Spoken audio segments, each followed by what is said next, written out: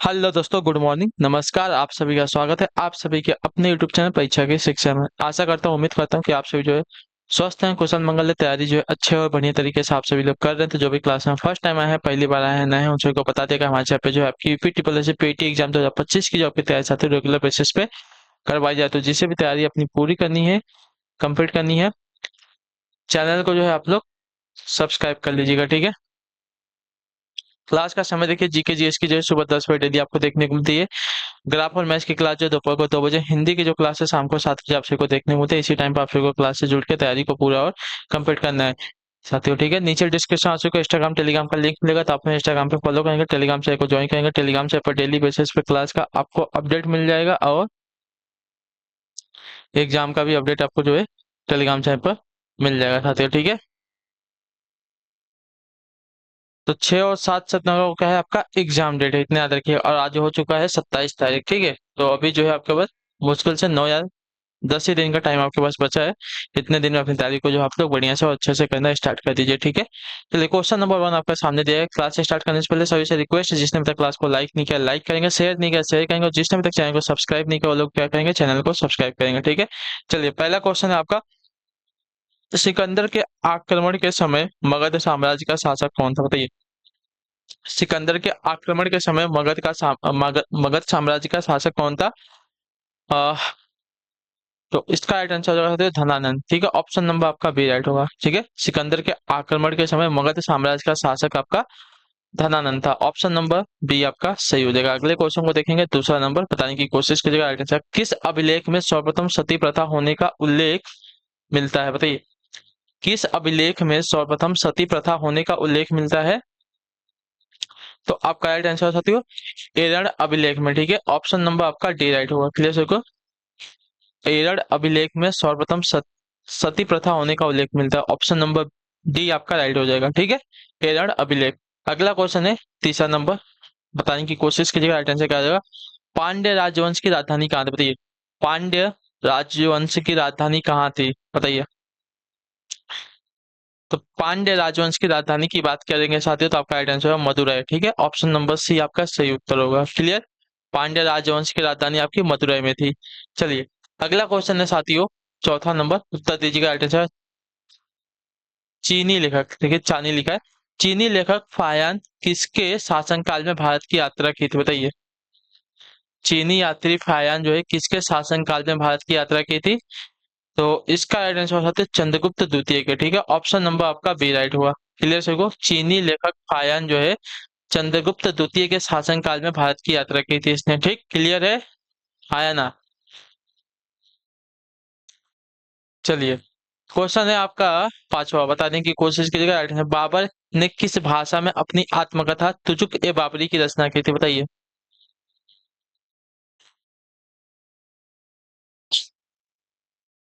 चलिए, बाबर ने किस भाषा में अपनी आत्मकथा तुजुक ए बाबरी की रचना की थी। तो इसका राइट आंसर हो जाएगा तुर्की भाषा में, ठीक है। ऑप्शन नंबर हमारा सी राइट होगा, ठीक है। बाबर ने जो है तुर्की भाषा में तुजुक ए बाबरी की रचना की थी। ऑप्शन नंबर आपका सी सही हो जाएगा, ठीक है। क्लियर है सभी को। चलिए, सी हो गया सही, तो आपका आ जाएगा छठा नंबर क्वेश्चन। उत्तर दीजिएगा। द्वितीय आंग्ल मैसूर युद्ध में हैदर अली को किसने पराजित किया, बताइए। द्वितीय आंग्ल मैसूर युद्ध में हैदर अली को किसने पराजित किया था। तो इसका राइट आंसर आपका होगा वारेन हेस्टिंग ने, ठीक है। ऑप्शन नंबर आपका डी राइट होगा। क्लियर है को द्वितीय आंग्ल मैसूर युद्ध में हैदर अली को जो है वारेन हेस्टिंग ने पराजित किया था। क्लियर। चलिए, क्वेश्चन नंबर 7 है, ध्यान से देखिएगा, बताइएगा राइट आंसर का, ठीक है। सूची सुमेलित करना है, सुमेलित करना है, बताइए। तो सूची 1 दिया गया, सूची 2 दिया गया है, ठीक है। चलिए,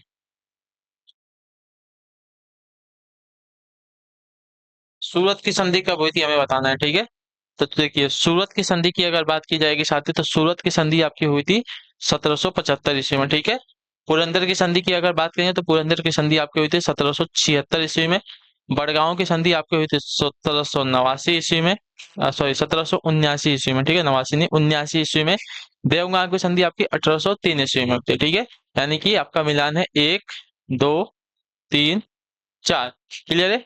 सूरत की संधि 1775, पुरंदर की संधि 1776, बड़गांव की संधि 1700 79, देवगांव की संधि आपकी 1803 ईस्वी में, ठीक है। चलिए अगले प्रश्न को देखेंगे, आपका है 8वां नंबर।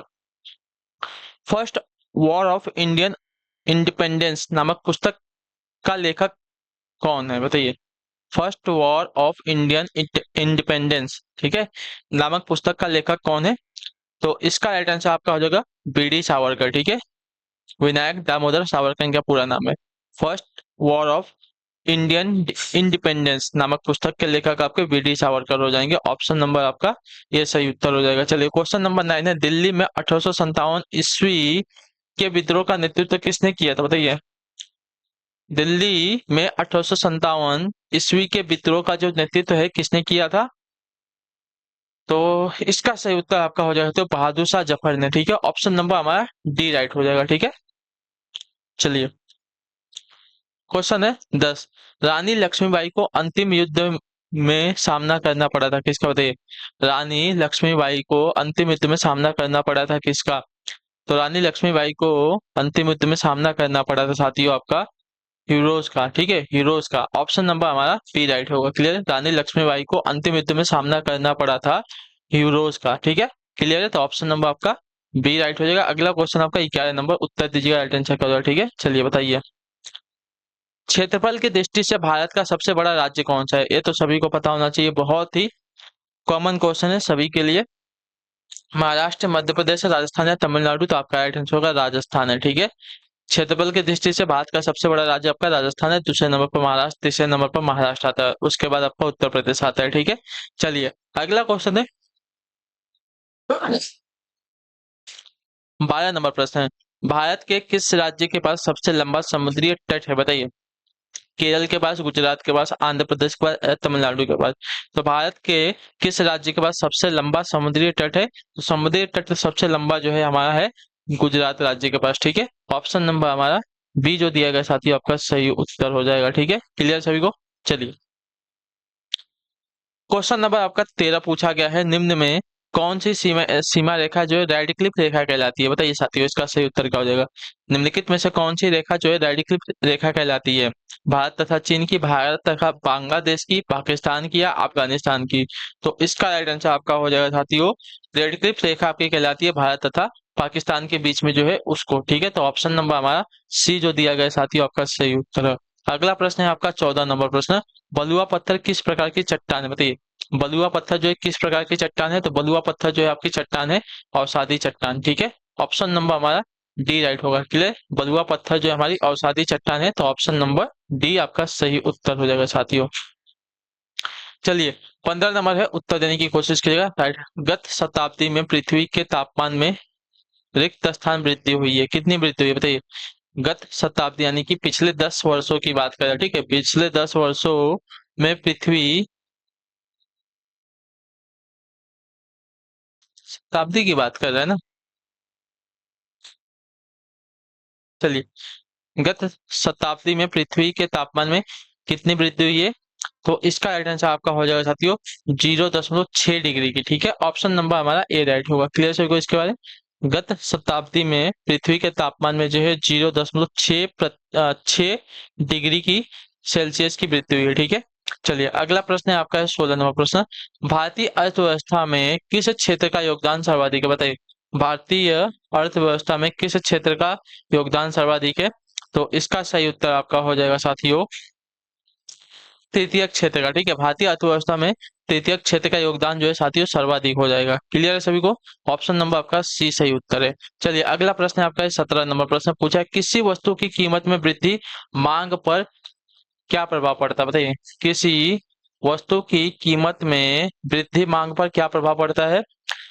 तो यह आपका प्रभाव पड़ता है साथियों मांग में कमी होती है, ठीक है। ऑप्शन नंबर हमारा बी राइट होगा। क्लियर सर को इसके बारे में? किसी वस्तु की कीमत में वृद्धि मांग पर जो है मांग में कमी का प्रभाव पड़ता है, ऑप्शन नंबर हमारा बी सही उत्तर हो जाएगा। चलिए अगले प्रश्न को देखेंगे, आपका है 18 नंबर प्रश्न, उत्तर दीजिएगा राइट आंसर। नीति आयोग से तात्पर्य है क्या, बताइए। नीति आयोग से क्या तात्पर्य है? तो नीति आयोग से तात्पर्य है साथियों आपका भारत राष्ट्रीय भारत परिवर्तन संस्थान से, ठीक है। ऑप्शन नंबर हमारा सी राइट होगा। क्लियर सर को इसके बारे में? हाँ या ना?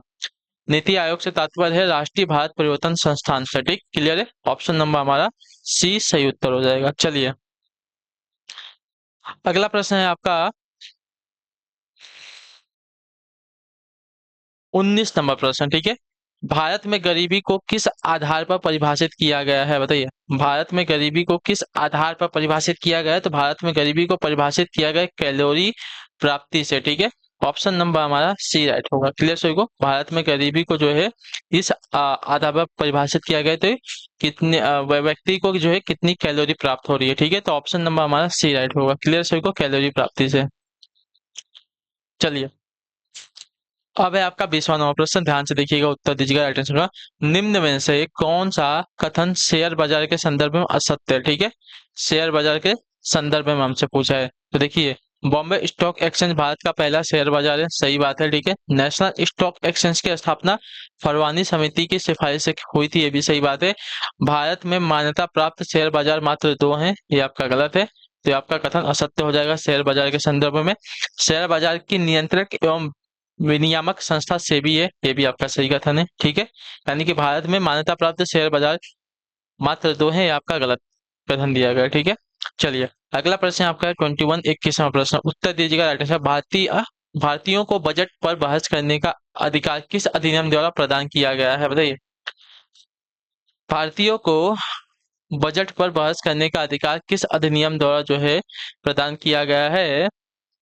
तो इसका राइट आंसर हो जाएगा 1892 के, ठीक है। ऑप्शन नंबर हमारा ए राइट हो जाएगा, ठीक है। भारतीयों को बजट पर बहस करने का अधिकार जो है 1892 अधिनियम द्वारा प्रदान किया गया था। ऑप्शन नंबर हमारा जो दिया गया, ये वाला ऑप्शन आपका राइट आंसर होगा, ठीक है।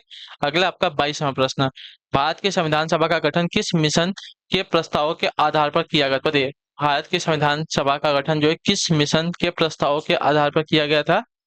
तो इसका राइट आंसर आपका हो जाएगा साथियों कैबिनेट मिशन का, ठीक है। ऑप्शन नंबर हमारा सी राइट हो जाएगा, ठीक। क्लियर से को भारत की संविधान सभा का गठन जो है कैबिनेट मिशन की प्रस्तावों के आधार पर किया गया था, ठीक। क्लियर है? ऑप्शन नंबर हमारा सी राइट हो जाएगा। चलिए, 23 है, मौलिक अधिकारों में संशोधन की शक्ति किसे प्राप्त है, बताइए। मौलिक अधिकारों में संशोधन की शक्ति किसे प्राप्त है?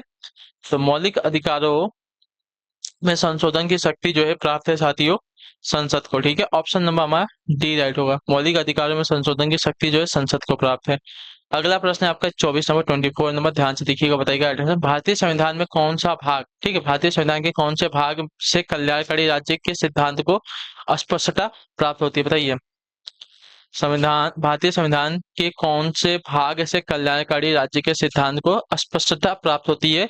तो इसका राइट आंसर आपका हो जाएगा साथियों नीति निर्देशक तत्व से, ठीक है। ऑप्शन नंबर हमारा सी राइट हो। भारतीय संविधान के नीति निर्देशक तत्व वाले भाग से जो है कल्याणकारी राज्य के सिद्धांत को स्पष्टता प्राप्त हो जाती है, ठीक है। तो ऑप्शन नंबर हमारा सी राइट हो जाएगा। चलिए, अगला आपका 25 नंबर, राष्ट्रपति अपना त्यागपत्र किसे प्रस्तुत करता है? लोकसभा अध्यक्ष को, प्रधानमंत्री को, उपराष्ट्रपति को, या भारत के मुख्य न्यायाधीश को? तो इसका सही उत्तर हो जाएगा उपराष्ट्रपति को। ऑप्शन नंबर हमारा सी राइट हुआ, ठीक है। क्लियर से को राष्ट्रपति अपना त्यागपत्र जो है उपराष्ट्रपति को जो है प्रस्तुत करता है। ऑप्शन नंबर हमारा सी सही उत्तर है। अगला प्रश्न है आपका साथियों 26वां प्रश्न, उत्तर दीजिएगा अटेंशन। निम्नलिखित में से किस स्थान पर गुरुत्वाकर्षण बल सबसे अधिक है, बताइए। निम्नलिखित में से किस स्थान पर गुरुत्वाकर्षण बल जो है सर्वाधिक है?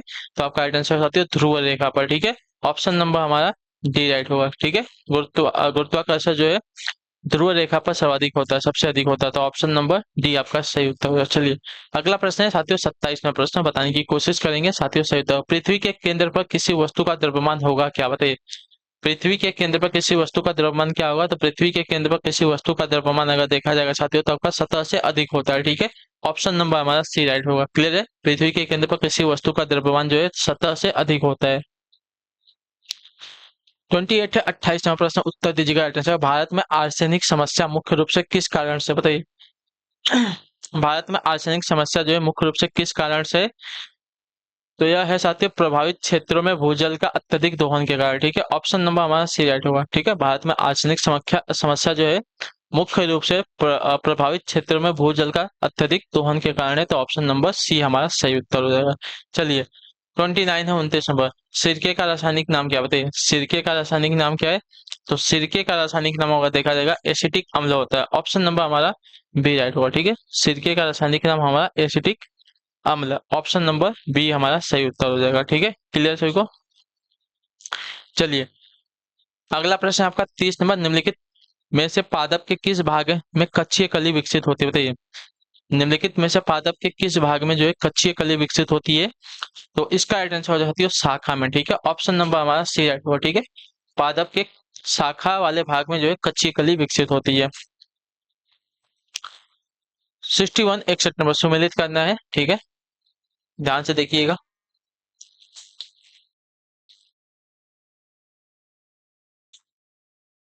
चलिए, राष्ट्रीय महिला आयोग की प्रथम अध्यक्ष कौन थी, बताइए।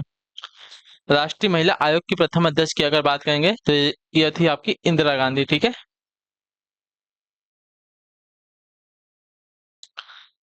भारत रत्न से सम्मानित प्रथम महिला आपकी थी आशा पूर्णा देवी, ठीक है।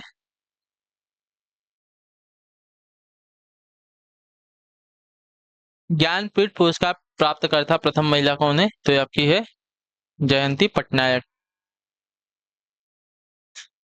ठीक है। ज्ञानपीठ पुरस्कार प्राप्त करता प्रथम महिला है जयंती पटनायक। प्रथम भारतीय मिस यूनिवर्स की बात करेंगे तो आपकी सुष्मिता सेन है, ठीक है। चलिए, ऑप्शन नंबर हमारा सी राइट हो जाएगा। क्लियर सभी को? फटाक से स्क्रीनशॉट इसका लीजिए जल्दी से, ठीक है। चलेंगे, आगे बढ़ेंगे। 62वां प्रश्न, भारत के प्रथम उपग्रह आर्यभट्ट का प्रक्षेपण कब हुआ था, बताइए। उत्तर दीजिए, भारत के प्रथम उपग्रह आर्यभट्ट का प्रक्षेपण कब हुआ था, तो यह हुआ था साथियों आपका 1975 में, ठीक है। ऑप्शन नंबर हमारा बी राइट होगा। भारत के प्रथम उपग्रह आर्यभट्ट का जो प्रक्षेपण हुआ था वर्ष 1975 में हुआ था। अगले क्वेश्चन को देखेंगे, 63 नक्शा बनाने वाला विश्व का प्रथम देश कौन सा था, बताइए। नक्शा बनाने वाला विश्व का प्रथम देश कौन है, कौन था, तो यह था आपका सुमेरिया, ठीक है। ऑप्शन नंबर हमारा बी राइट हो। नक्शा बनाने वाला विश्व का प्रथम देश आपका सुमेरिया था। क्लियर है, बी आपका सही उत्तर हो जाएगा। चलिए, अगला प्रश्न देख लेंगे, आपका 64वां प्रश्न, उत्तर दीजिएगा राइट आंसर क्या होगा।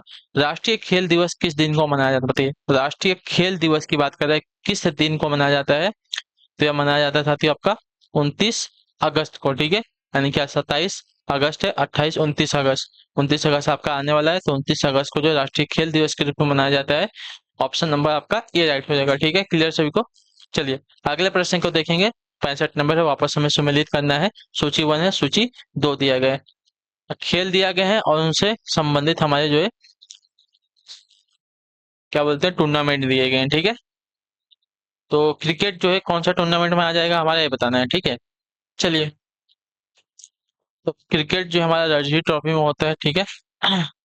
गोल्फ की अगर बात करते हैं साथियों, 1 मिनट, हाँ, चलिए, गोल्फ की बात करें तो गोल्फ का टूर्नामेंट होता है पुट, ठीक है। फुटबॉल का आपका होता है साथियों मोहन बागान, ठीक है। फुटबॉल का होता है मोहन बागान और आपका बिलियर्ड्स का होता है पॉट।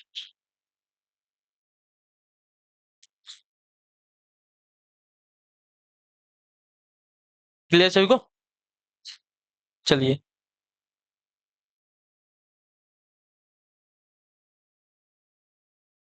आते हैं अगले क्वेश्चन की तरफ।